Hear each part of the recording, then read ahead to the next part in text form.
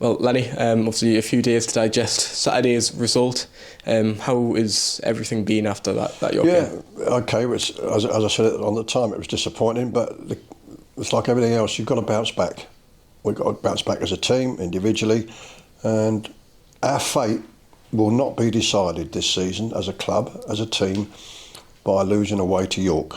Disappointing though the scoreline was, it will be decided by how we cope with routine home games like Eastleigh in the National League for the rest of the season. That will be the key factor. I do believe that our away record at the end of the season will stand up to scrutiny. We've won 3, I think, already, drawn a couple. I think we'll do well enough away from home. There'll be bad days, but hopefully there'll be enough good ones as well. What's going to decide it is how we do at home and how quickly we can make up for the fact that we've only won 2 home games and we're in the middle of November. Yeah, and just speaking to Jack Hunter there on camera, mentioned there's frustration in the squad. The squad wants to put things right. That's got to be a positive, that there is a bit of determination there. Yeah, there is. Yeah, they're good lads, to be fair. I mean, there's no bad apples. That's a good squad. It's now that injuries are coming back, it looks deep squad again. Hunter's coming back, that's good. He's got a part to play. He'll be ready to be on the bench probably. Luke's coming back. Luke Watford's coming back. Same. 1 or 2 other things are in the offing. So hopefully we'll have a real strong bench this Saturday and future Saturdays. Yeah, and apart from them two, is everyone else, I think Gary Medina's still out. How's everyone else coming along? Yeah, Gary Medina had a bit of food poisoning at the start of the week, so don't know if he'll quite be ready. I think he probably needs another week's training before he can come into contention for a place on the bench. But, he's another one. Quality.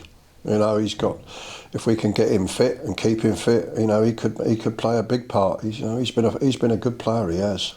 Yeah, and just in the last few days as well, Alfie Steele been on your bench a few times. He's joined Whitby on a short-term loan deal. Is that just part of his development? Best thing I've just said is people coming back, so he might not get on the bench. He needs to go out and play. Whitby been good, There's been a good relationship. We've had 1 or 2 players go there, and that's fine. So I'd rather he played in the National League North, but that's harder. But I'm grateful that Whitby have come in for him, and I think it's best for the lad. He's part of the future. He'll be here when we've all gone. But at the moment, that's probably the best thing for him. Yeah, how important is them loan moves? You look at Campbell, Darcy, Max Story, Luke Stevens had one as well. Have you seen that improvement in the lads over the last few weeks? Yes, when they come back in and they train with us, they don't lower the standard. They look part of it, but they need that. They need to cope with the demands of first team football at whatever level it might be to learn. And so far, so good with that. And when they do come back, one day they'll be regular first team players at Hartlepool. I'm sure they will, but not just yet. And you mentioned previously how maybe struggled at home so far this season, and great result against Aldershot 2 or 3 weeks ago. Important to build on that consistency going into Saturday. That's it. Consistency is the word. Momentum. We ain't going to play. We're not going to play sides like York every week. They're very good, and as I say, no disrespect. Eastleigh provide their own challenges. They do. They're not bad. They've got the league's leading scorer over the last couple of seasons. I know the lads who are the manager and the assistant. They played for me a long time ago. So they'll be a tough nut to crack. There's no easy ones. But if we're going to do anything, we've got to start winning these games.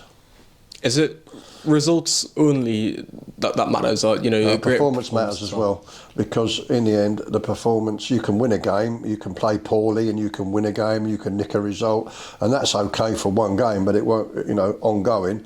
We've got to have a standard of performance, that we're unaffected by the pressures of winning.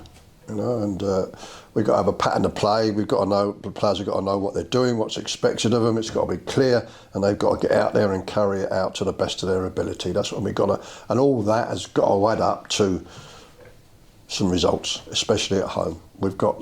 It's a hard month, November, but we've got 3 away games out of 4, I think it is. So, time to rock and roll. And it's a mammoth trip for Eastleigh this weekend. How does that impact things when you're facing teams that far away? Yeah, I think it does. I mean, it's a hell of a lot of travelling in this league. How they're going to do it, I don't know. They might get a train, they might come up overnight, I don't know. But it doesn't matter how they do it. It doesn't matter how they do it.